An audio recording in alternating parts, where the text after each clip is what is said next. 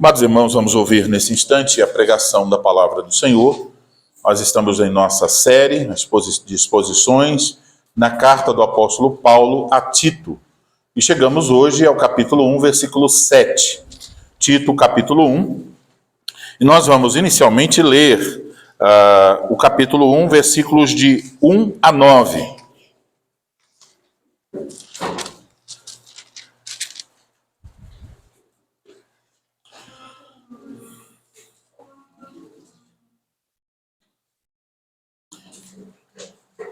Assim diz a palavra do Senhor.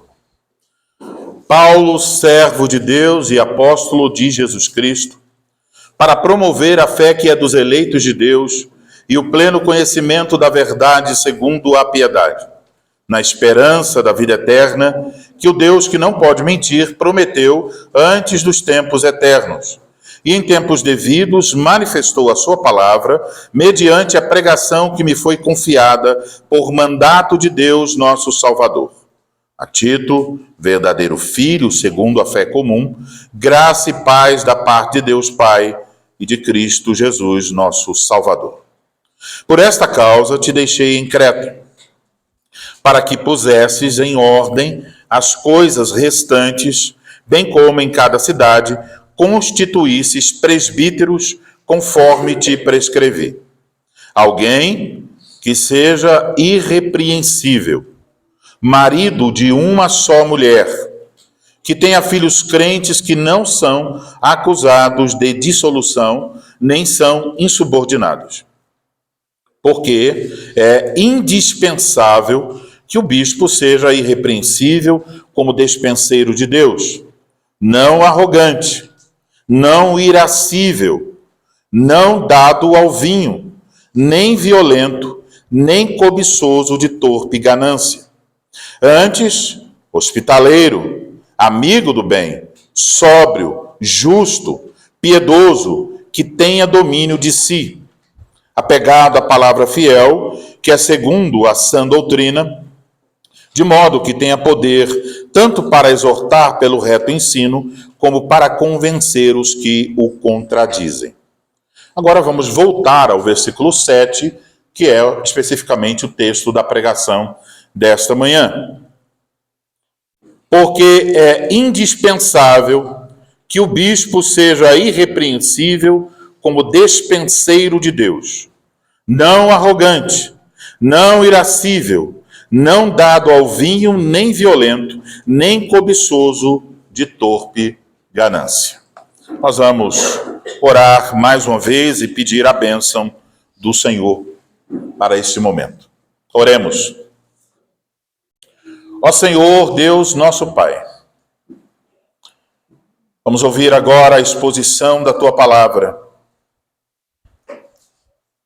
E o Senhor mesmo sabe o quanto interessa ao inimigo de nossas almas que aquilo que vamos ouvir caia à beira do caminho e não produza nenhum fruto. Porém, nós queremos pedir ao Senhor que o nosso coração seja um solo fértil para as sementes da Tua palavra. Nós possamos ouvir com atenção e que a Tua palavra mude a nossa forma de pensar, corrigindo os nossos caminhos, mas também trazendo ânimo, consolo, confiança no Senhor. Ajuda-nos, Senhor, para sermos verdadeiramente alimentados pelo Senhor através de Sua palavra.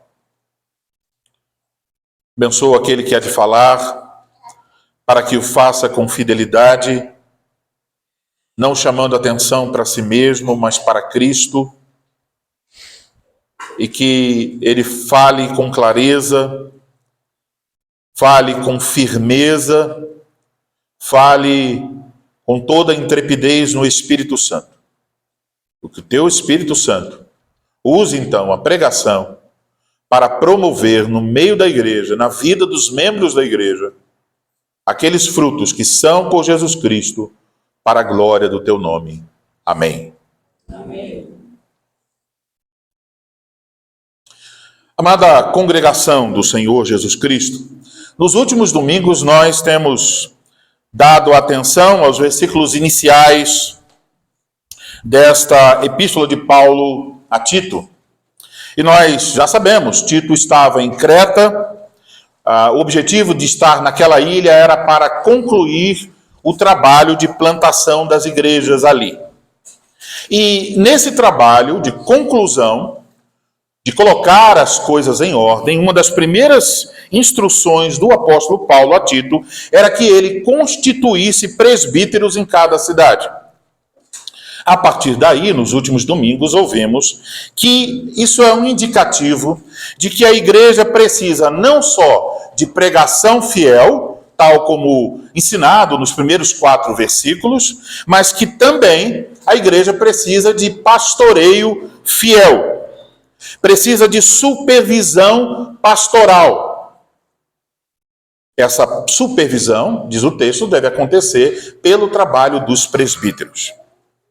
Porém, o mesmo texto que indica essa supervisão pastoral, indica que esse trabalho de supervisão pastoral deve ser feito por um tipo específico de homens. Homens que tenham que preencham certos requisitos. Isso é um ponto, se a pregação for fiel.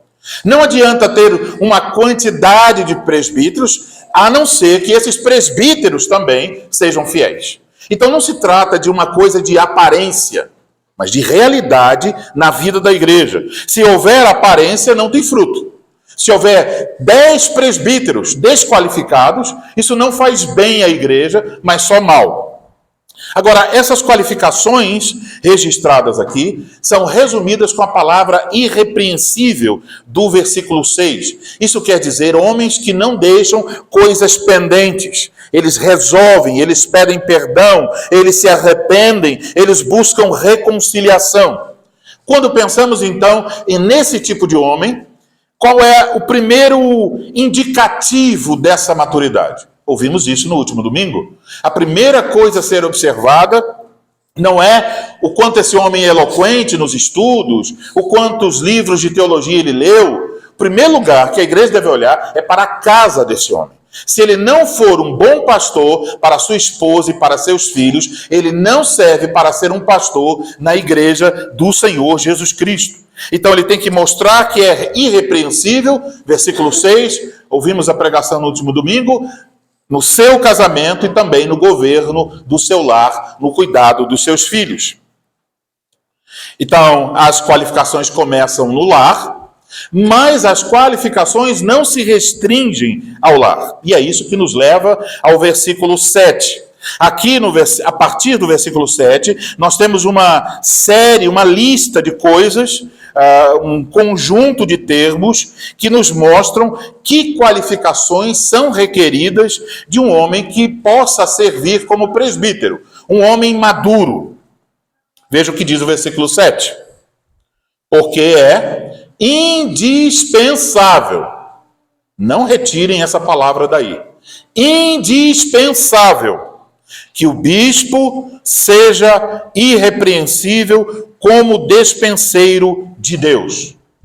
Mais uma vez, a palavra irrepreensível aparece. E é a mesma palavra no texto grego que está lá no versículo 6. Se refere a um homem sobre quem não pesam acusações. Porque quando ele faz algo que não deveria, quando ele diz algo que não deveria, ele procura corrigir, se arrepender. Ele não se coloca numa posição de que outras pessoas vão repreendê-lo. Notem que o apóstolo está falando, então, das qualificações necessárias a um presbítero. Veja versículo 5 do nosso texto. Bem como em cada cidade constituísses presbíteros conforme te prescrevi. Alguém, os presbíteros. Mas quando nós chegamos no versículo 7, diz, porque é indispensável que o bispo seja irrepreensível. Isso é uma evidência de que na Escritura não há nenhuma distinção entre presbíteros e bispos. São termos diferentes para o mesmo ofício. Enquanto o termo presbítero enfatiza a maturidade desse homem, o termo bispo enfatiza o trabalho deste homem. E aí, então, devemos saber que a palavra bispo significa supervisor. O trabalho do presbítero, portanto, é um trabalho de supervisão, de olhar o rebanho de Cristo. Ele deve vigiar o rebanho. Ele deve manter a visão por sobre o rebanho. É por isso, então, que o apóstolo Paulo, falando aos presbíteros da igreja em Éfeso, em Atos capítulo 20, versículo 28, disse as seguintes palavras: atendei, vigiem, prestem atenção, atendei por vós.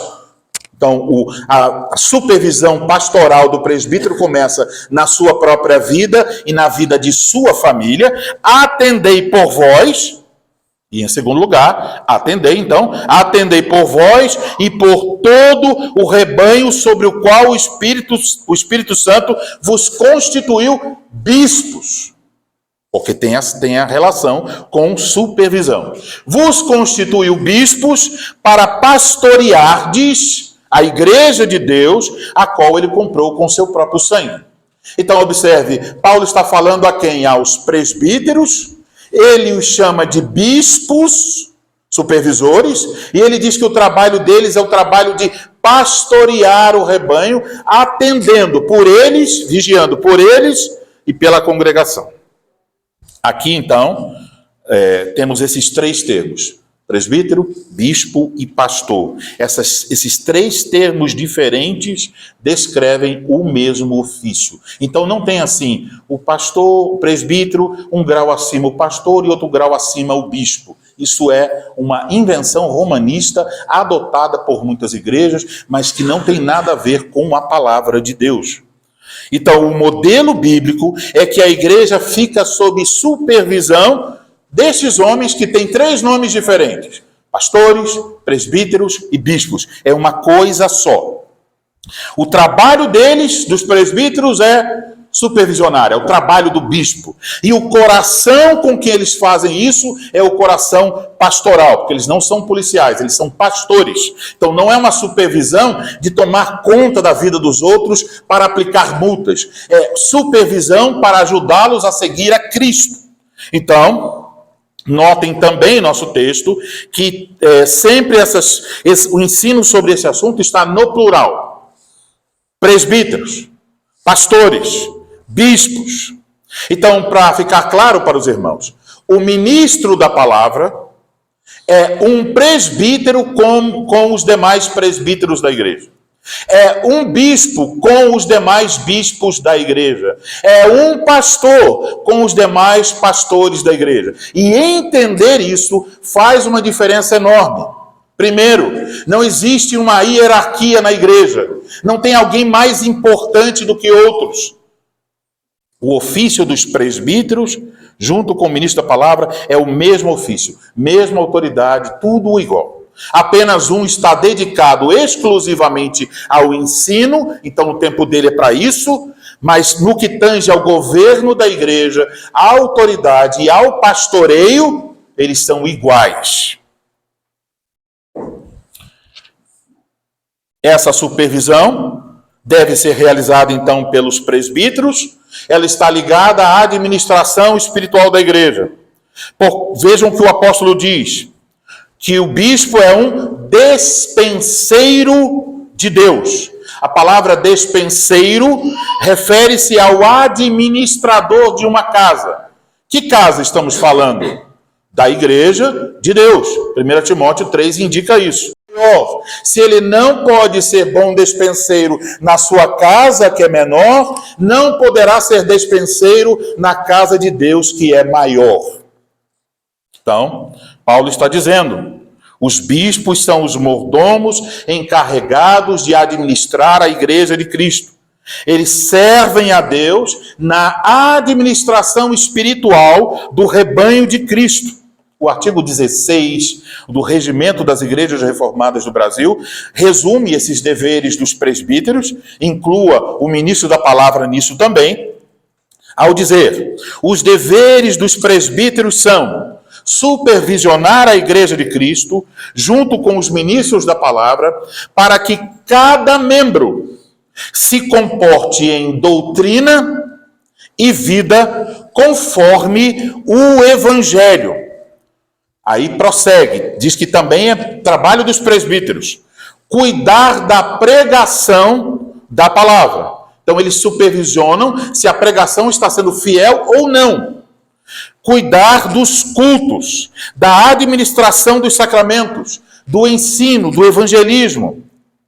Fazer fielmente visitas na congregação, exercer a disciplina cristã para que os sacramentos não sejam profanados, zelar como mordomos. Então o regimento está espelhando o texto da palavra de Deus. Zelar como mordomos da casa de Deus, para que tudo seja feito com decência e boa ordem. Auxiliar os ministros da palavra com bons conselhos e supervisioná-los na doutrina e vida. Vocês entendem o que isso significa? Que os meus pastores são os presbíteros da igreja. Elienai, ou qualquer outro ministro, não é alguém como se fosse o Papa. O meu pastor, acima de mim, só tem Jesus Cristo e eu só presto contas a Jesus. Não, senhores. Eu presto contas a Cristo através dos presbíteros que pastoreiam minha vida. Visitam a minha casa, perguntam à minha família se estão sendo fiéis. Eles vão examinar para ver se, quando eu estou aqui dizendo a vocês, sigam esse caminho, se antes eu mesmo estou seguindo esse caminho. Então, meus irmãos, isso é uma bênção de Deus. Isso é uma bênção, uma graça de Deus, porque nenhum de nós está se colocando sobre um pedestal e dizendo: vocês aí embaixo que vivem assim. Não! Todos nós precisamos de cuidado pastoral, inclusive os ministros da palavra de Deus. É isso que a Bíblia ensina. Então, em resumo, os presbíteros supervisionam os membros da igreja e supervisionam também o ministro da palavra. Fica claro que o ministro não está acima dos presbíteros. Os presbíteros governam a igreja, supervisionam também o ministro. Então, diante de tais responsabilidades, eles são mordomos, eles são despenseiros na casa de Deus. O apóstolo Paulo, pelo Espírito Santo, então diz: por causa disso, é indispensável que o bispo seja irrepreensível.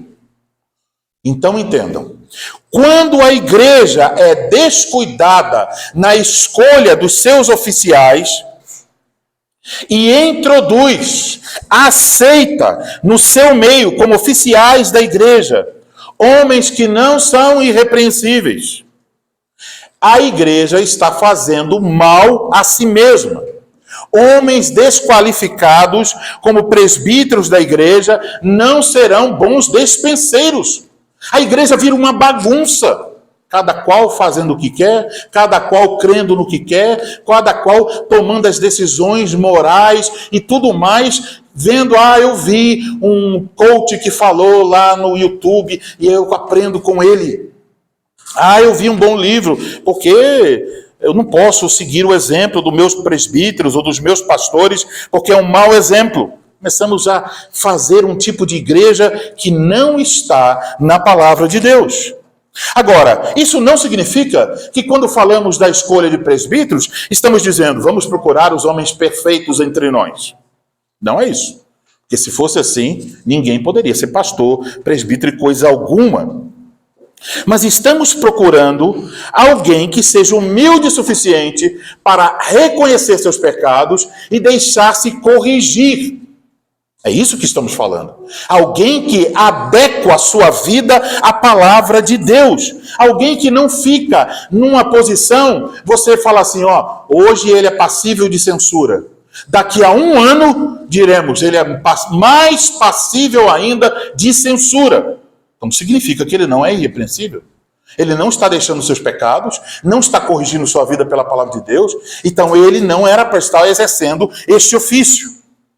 Então, temos que olhar para os homens que vamos escolher no futuro e encontrar em alguma medida essas qualificações.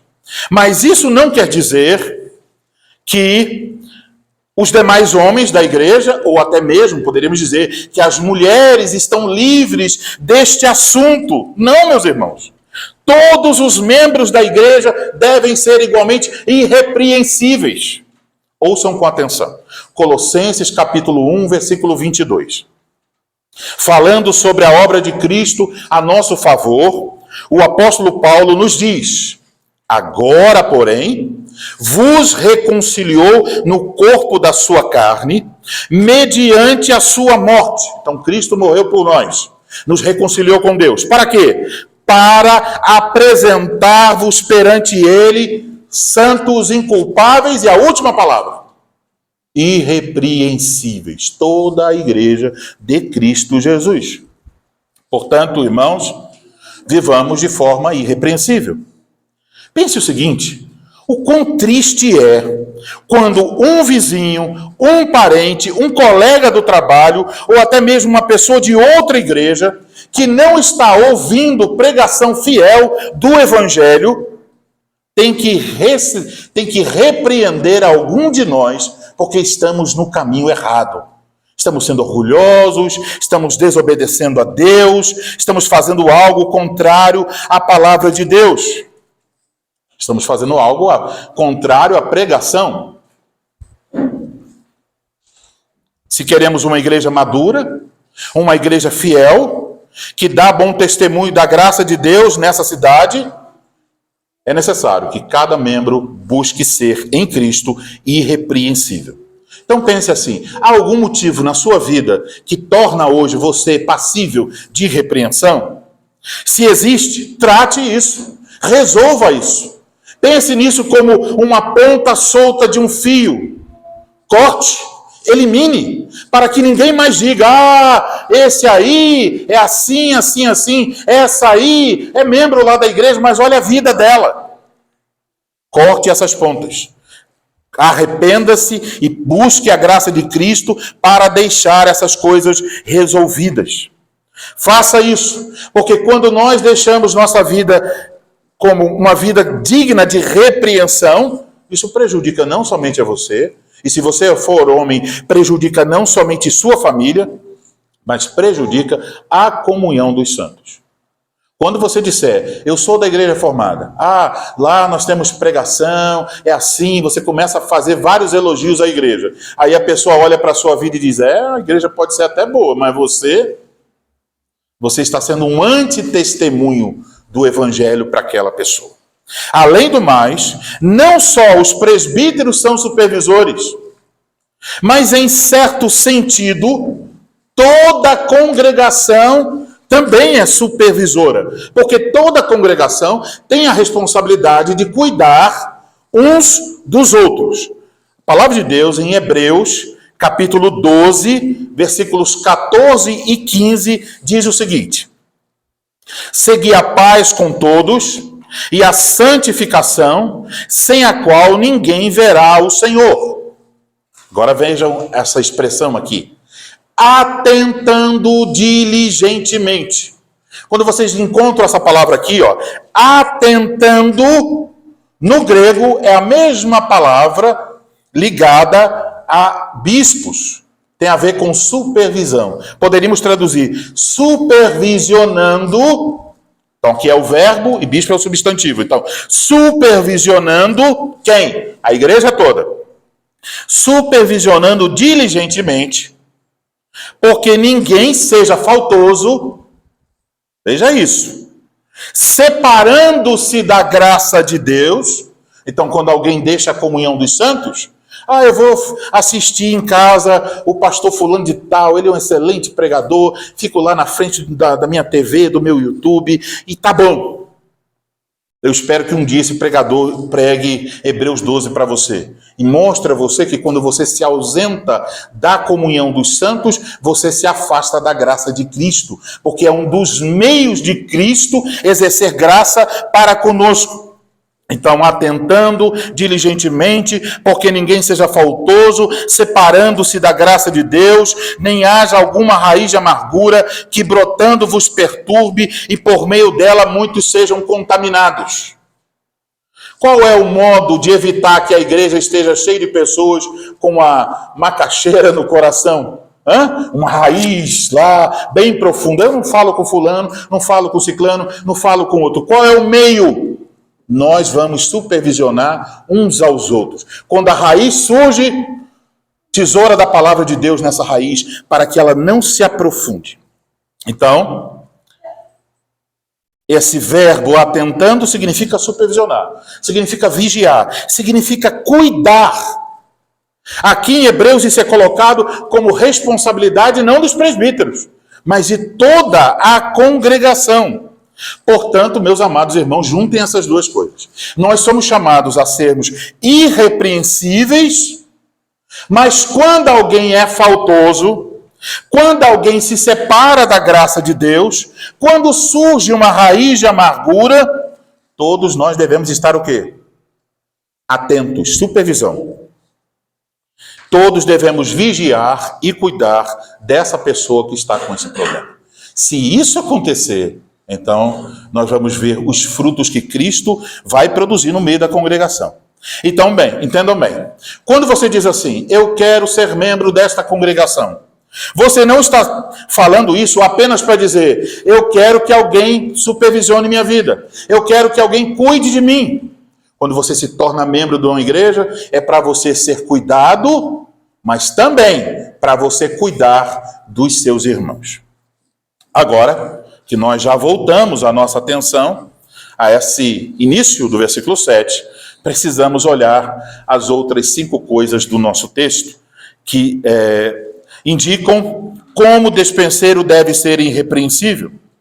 Tem 5 elementos negativos no versículo 7 e nos versículos seguintes tem 7 elementos positivos. Nessa manhã nós vamos olhar apenas para os elementos negativos. Eu vou citá-los um por um e explicá-los e aplicá-los. Então, a nossa pergunta agora é: o que o homem de Deus ou o que a mulher de Deus não deve ser? Essa é a pergunta. O que uma pessoa madura não é? E, portanto, o que um presbítero não é? Em primeiro lugar, o bispo não deve ser o quê? Arrogante. A palavra usada aqui pelo apóstolo Paulo é uma palavra que poderia ser traduzida como alguém que agrada a si mesmo, com alguém que tem prazer em si mesmo. É uma palavra para falar de teimosia, de obstinação. Trata-se então daquela arrogância que nos leva a insistir na nossa posição. Nenhum lugar melhor para ilustrar isso do que o casamento. O marido diz assim: meu amor, esta grama é marrom. A esposa diz: meu querido, veja a textura, é verde. E é verde. Mas ele diz: não, se eu reconhecer que é verde, não vou reconhecer. Ele arrogantemente teima na sua posição até o final dizendo que é marrom. Por que faz isso? Coração arrogante não quer reconhecer que ele estava errado. Então a arrogância tem como pano de fundo essa valorização que nós damos a nós mesmos para estarmos certos, para termos razão, para as outras pessoas não terem um motivo para nos criticar. O homem que insiste, então, na sua própria vontade, nos seus pensamentos, nas suas propostas, nas suas soluções, na sua opinião. O homem que fica só, não ouve outras pessoas, não cede aos conselhos dos outros. Aí está o homem arrogante, aí está a mulher arrogante. Desconsidera a palavra e o conselho dos outros. Alguém assim, diz Paulo, não pode ser um presbítero. Porque quando um homem está servindo como presbítero da igreja, ele está ali não para colocar suas ideias, não para fazer valer seus planos e projetos. Ele está ali para servir a Cristo. Ele está ali dizendo que eu morra e que Cristo seja glorificado. Então, quando ele está na comunhão com os demais presbíteros, ele não está ali para fazer vencer a sua proposta, mas ele está ali para ouvir a sabedoria, oferecer sabedoria e ver pela sabedoria de muitos qual é o caminho que Cristo está indicando para o bem da igreja. Então, como é que nós podemos identificar um homem que é arrogante? É quando ele tem grande dificuldade de aceitar coisas que não estão acontecendo conforme ele quer. Então ele, é assim, mas acontece de outro jeito. Uma dificuldade. No casamento, ele não vai aceitar os conselhos de sua esposa. Então, homens arrogantes não conseguem trabalhar em equipe. Mesmo quando eles erram, eles não querem admitir. Eles têm dificuldade em pedir perdão. E um homem arrogante em relação à igreja é o homem que está cheio de críticas. Ele pode falar do pastor, dos presbíteros, dos diáconos, sempre muitas reclamações, porque as coisas não estão acontecendo do jeito que ele acha que deve acontecer. Então vou dizer isso a vocês, meus amados irmãos, homens. Tenham muito cuidado. Você pode ver uma situação e dizer assim, rapaz, os presbíteros, o pastor, os oficiais da igreja estão sendo lentos em tratar isso. Você pode pensar isso. Mas você não é a pessoa que está lá indo visitar a pessoa, que está ouvindo as lutas daquele irmão, que está chorando na sua casa por aquele irmão em oração, que está discutindo esse assunto nas reuniões do conselho. Você não sabe 10% da situação. E aí você começa com críticas. Cuidado, você pode estar absolutamente errado. É melhor seguirmos o caminho da humildade. O caminho da humildade é, quando nós temos dúvidas, nós fazemos perguntas. Não fazemos afirmações sobre as situações. Chegue aos homens, um homem verdadeiro, em vez de criticar, ele dirá, presbíteros, eu estou vendo a situação assim. Isso está sendo tratado? Ah, tá, meu irmão.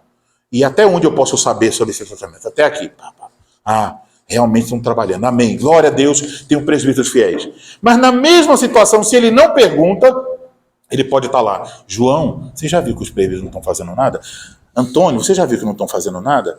Jair, você já viu que não estão fazendo nada? E semeando discórdia e crítica no meio da congregação. Quando nós fazemos isso, não estamos servindo a Cristo.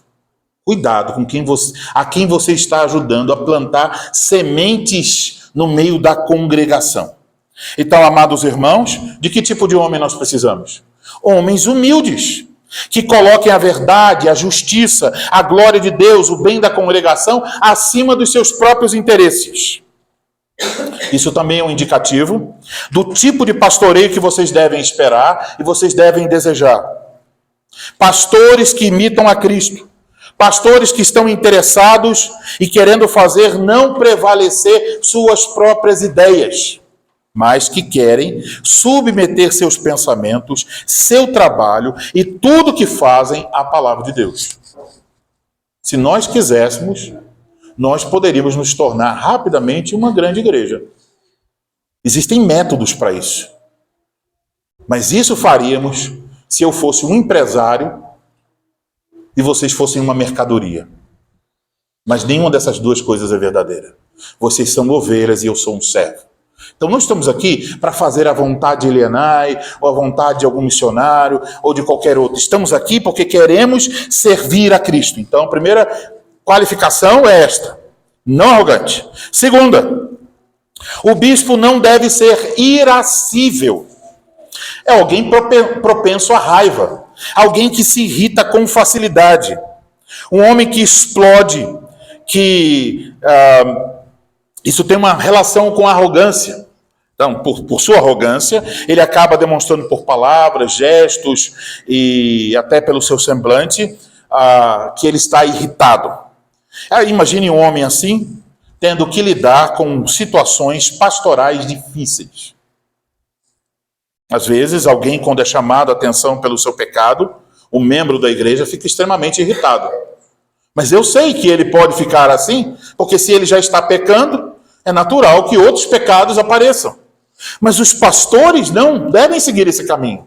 O caminho para a resolução de conflitos não é a violência, não é a voz alta, não é algum tipo de gesto agressivo. Não encontramos isso no Senhor Jesus Cristo, esse tipo de atitude. Uma atitude assim só cria problemas entre as pessoas e seus pastores. Então, um presbítero assim, uma das evidências de que ele é irascível é que, em vez de conduzir a igreja por meio do exemplo e da palavra, ele conduzirá por meio de autoritarismo. Faça porque eu estou mandando e ponto final. Como se fosse um pequeno papa dentro da igreja de Cristo. Como observar isso? Observe como ele trata a sua esposa, como ele disciplina seus filhos, quando ele joga futebol ou outro jogo, como ele se comporta. Evidências claras de um homem irascível vão aparecer nesses momentos. Amados, então precisamos de homens mansos, homens pacientes, homens moderados e sábios para lidarem com situações de conflito que podem acontecer na igreja de Cristo. Terceiro lugar, aprendemos que o bispo não deve ser dado ao vinho. E aqui eu vou ter que gastar um pouquinho mais de tempo, porque existe muito entulho no meio desse assunto, que faz com que as pessoas não entendam esse assunto de modo bíblico. Então, o termo usado pelo apóstolo Paulo, quando diz que não deve ser dado ao vinho, significa que alguém é alguém que não permanece no vinho, ao lado do vinho. Isso descreve, então, alguém que se demora no vinho. Veja bem claramente, meus irmãos, esse termo não dado ao vinho não está proibindo que um homem ou qualquer outra pessoa tome vinho. Não é essa proibição que tem aqui. Na verdade, na Escritura, em parte alguma existe esse tipo de proibição. Pode ler de Gênesis a Apocalipse. Não vai encontrar em nenhuma passagem a proibição de tomar alguma coisa alcoólica. Não há isso na Bíblia. Pelo contrário, Gênesis 14, 18, quando o rei Melquisedeque, o rei sacerdote do Deus Altíssimo, foi ao encontro de Abraão, o que ele levou? Pão e vinho. Nos livros de Levítico e Números, se lê sobre a libação, um tipo de oferta, a libação que derramava o vinho diante do Senhor, uma oferta. Em Deuteronômio 14, 26, lemos a instrução para comprar bebida forte para comer e beber perante o Senhor, como sacrifício. No Salmo 104, versículos 14 e 15, a Escritura falando sobre a providência de Deus, diz o seguinte, que Deus faz: fazes crescer a relva para os animais e as plantas para o serviço do homem, de sorte que da terra tire o seu pão, o vinho que alegra o coração do homem, o azeite que lhe dá brilho ao rosto e o alimento que lhe sustém as forças. Todas essas passagens deixam claro: tomar vinho ou qualquer outra bebida não é pecado. Alguém poderia dizer: ah, pastor, é que nesses casos a Escritura não está falando de vinho que embriaga, mas está falando de outra coisa. Um vinho não fermentado. A Bíblia, nesses casos, está falando de suco de uva.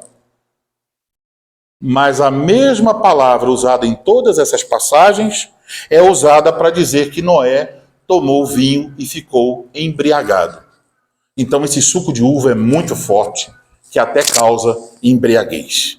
Poderíamos então apelar para o Novo Testamento, e se olhando para o Antigo não vemos nada proibindo, mas, atenção, a Escritura fala no Antigo Testamento de forma positiva do vinho, como bênção de Deus ao homem, mas também por todo o Antigo Testamento, ela condena de maneira veemente o uso inadequado do vinho e de qualquer outra bebida.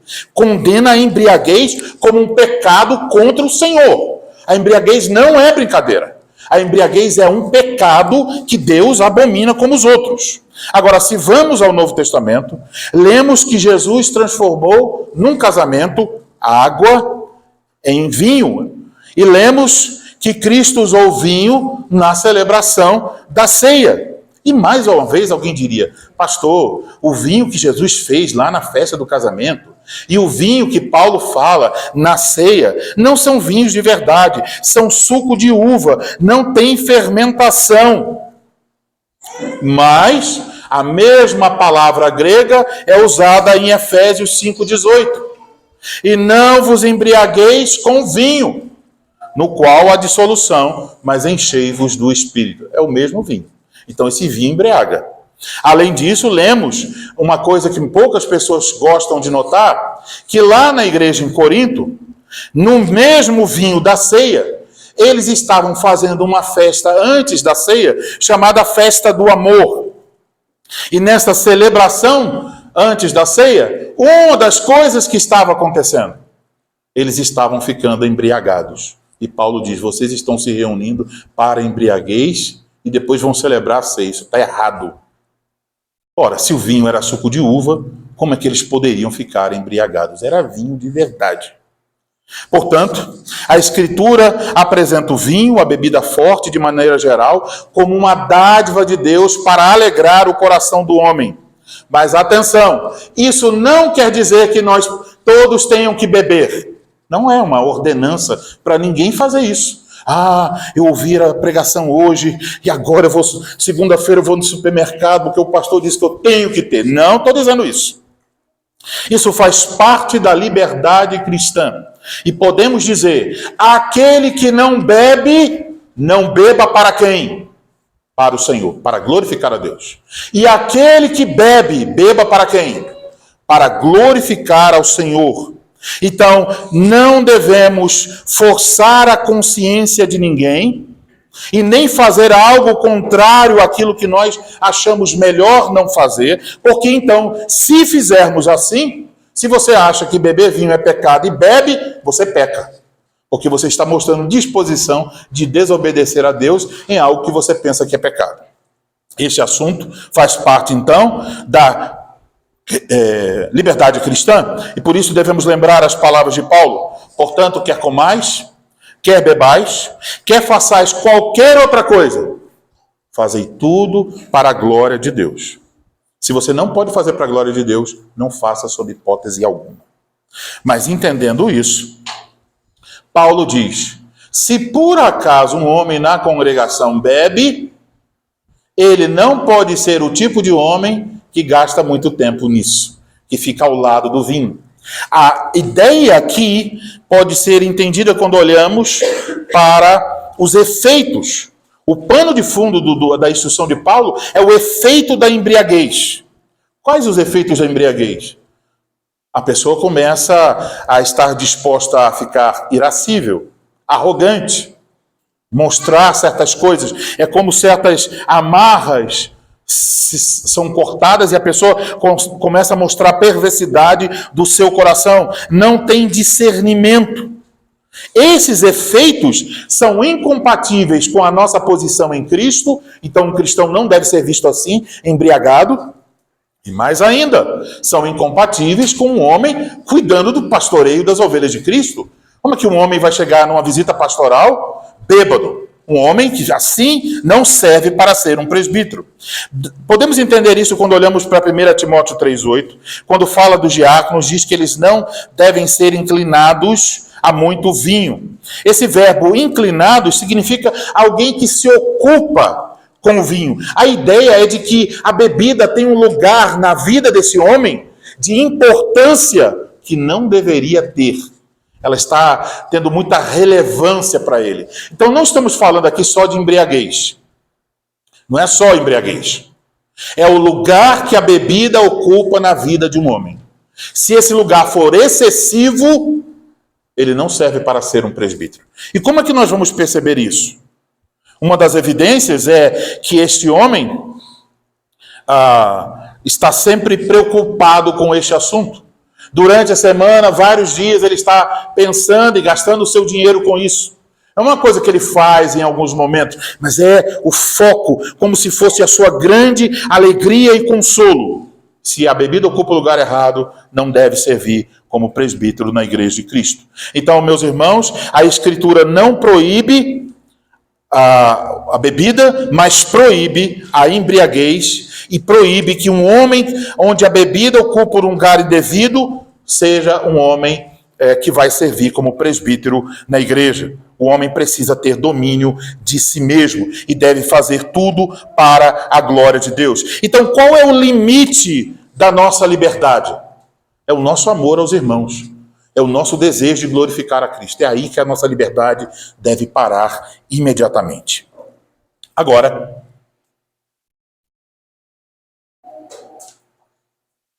em quarto lugar, aprendemos que o bispo deve ser um homem não violento. Isso é fácil entender. Um homem brigão, espancador, agressor. A palavra aqui tem a ver com alguém dando um soco ou usando um objeto para machucar outra pessoa. Um presbítero pode sofrer isso, mas ele não deve ser o causador disso. Agora, quando a Escritura diz que o homem não deve ser violento, também não devemos entender isso mal e achar que o homem deve ser frouxo, deve ser fraco, deve ser medroso. De forma nenhuma. O que lemos aqui não nos proíbe de defender nossa família. Se um ladrão entrar na minha casa para fazer mal aos meus filhos e à minha esposa, como homem eu devo defender a minha família. Então não é isso que está proibindo aqui. O que está proibindo aqui é a violência que vem da ira, da raiva, tipo de violência. Alguém dá uma fechada, amassa o seu carro, você abre a porta com um pedaço de madeira na mão e vai para cima da pessoa. É isso que a Escritura está proibindo. O homem violento, o homem inclinado a ser agressivo, ele não deve servir na igreja de Cristo como presbítero. O homem maduro é um homem pacífico, um homem que fará tudo para evitar qualquer tipo de briga. É um homem que consegue controlar o ímpeto do seu coração. Então ele não fará uso da força quando isso não é necessário. Só em última instância, quando for necessário, sob o risco de vida e do bem da sua família. Quinto lugar, o bispo não deve ser cobiçoso de torpe ganância. Refere-se a alguém que ama e está ansioso pelo lucro ilegítimo. Alguém ganancioso pelo dinheiro, mesmo que isso seja obtido de forma desonesta. Em 1 Timóteo 3,3, o texto paralelo fala de amante da prata, o amante do dinheiro. Então, os oficiais na Igreja de Cristo não devem ser alguém que ama o dinheiro e tampouco alguém desonesto. Infelizmente, volta e meia, nós abrimos os jornais e lá está, pastor dá golpe em não sei o quê, pastor vinculado à quadrilha, nos seus estelionatários e etc. Então, um homem que serve na Igreja de Cristo não deve ter o dinheiro, não deve ocupar um lugar indevido na sua vida. Então, não pode ser alguém que está dizendo assim, olha,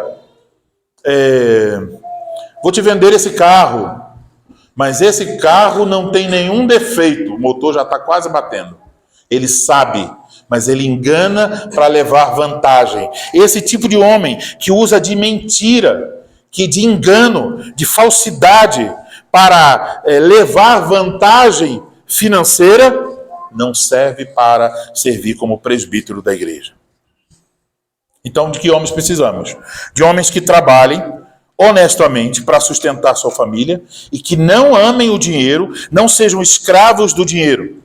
Agora, irmãos, olhando para o que um presbítero, um diácono, um ministro da palavra não deve ser, nós começamos a perceber, estamos só numa lista menor do que ele não deve ser, percebemos quão sério são os ofícios na igreja cristã.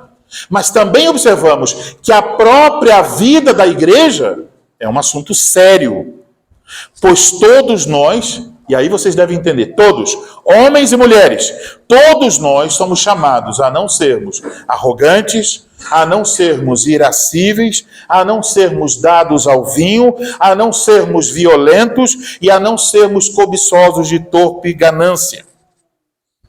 Como podemos ser homens dessa forma? Como podem ser mulheres dessa forma?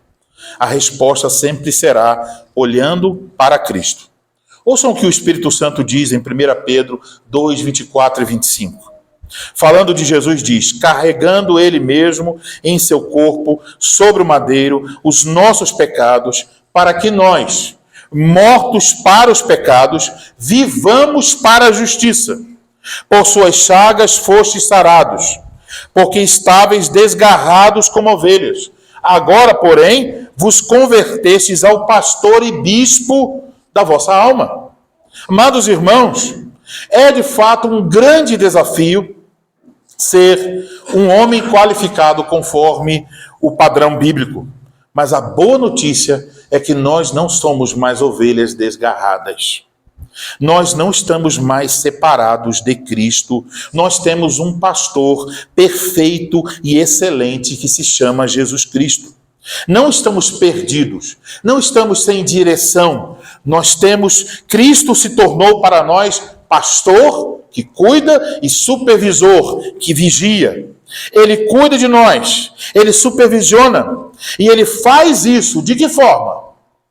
Ele faz isso através do trabalho dos bispos da igreja, dos presbíteros da igreja. Ele faz isso através da comunhão dos santos. Então, deixe concluir com um conselho importantíssimo. Quando você faltar o culto e alguém disser assim: ô irmão, senti sua falta, você está bem? Não fique com raiva. Não se entristeça. Porque isso é Cristo cuidando de você. Percebe isso? Você fica com raiva da pessoa e diz assim: se intrometendo na minha vida. Mas se você faltar 3 semanas e ninguém ligar, você já vai dizer o contrário. Você vai dizer o quê?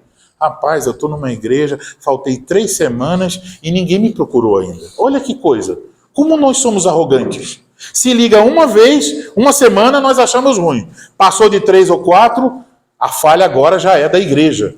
Então como que a igreja vai adivinhar qual é o número agradável a você para saber perguntar a você quando é que a sua necessidade? Não. Quando faltar uma vez, pode ser já o diabo dando o primeiro puxão para fora. E nós devemos socorrer os nossos irmãos. E lógico, então quando alguém nos perguntar: irmão, está tudo bem com você? Eu posso orar por você? Tem alguma coisa que eu possa te ajudar? Não despreze isso. Cristo está cuidando de você. Quando alguém lhe admoestar fraternalmente, chamar sua atenção por causa de um pecado, não fique irritado. Seja humilde. Cristo está pastoreando você pela boca dos seus irmãos.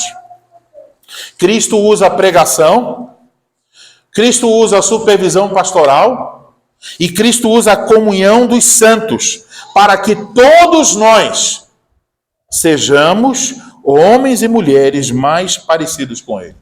Mansos de coração, pacíficos, sóbrios e que não têm o dinheiro como o Senhor. Cristo está cuidando de nós. E por isso mesmo que nós devemos travar esta grande luta para vermos essas marcas do caráter de Cristo na nossa própria vida. E isso certamente um dia chegará à sua conclusão. Certamente um dia nós vamos nos parecer perfeitamente com Cristo Jesus. Pois em Romanos 8, 29 a Escritura diz: Deus nos predestinou para sermos conformes à imagem do seu Filho, a fim de que ele seja um primogênito entre muitos irmãos. Ajudemos uns aos outros a sermos mais parecidos com Cristo. Amém.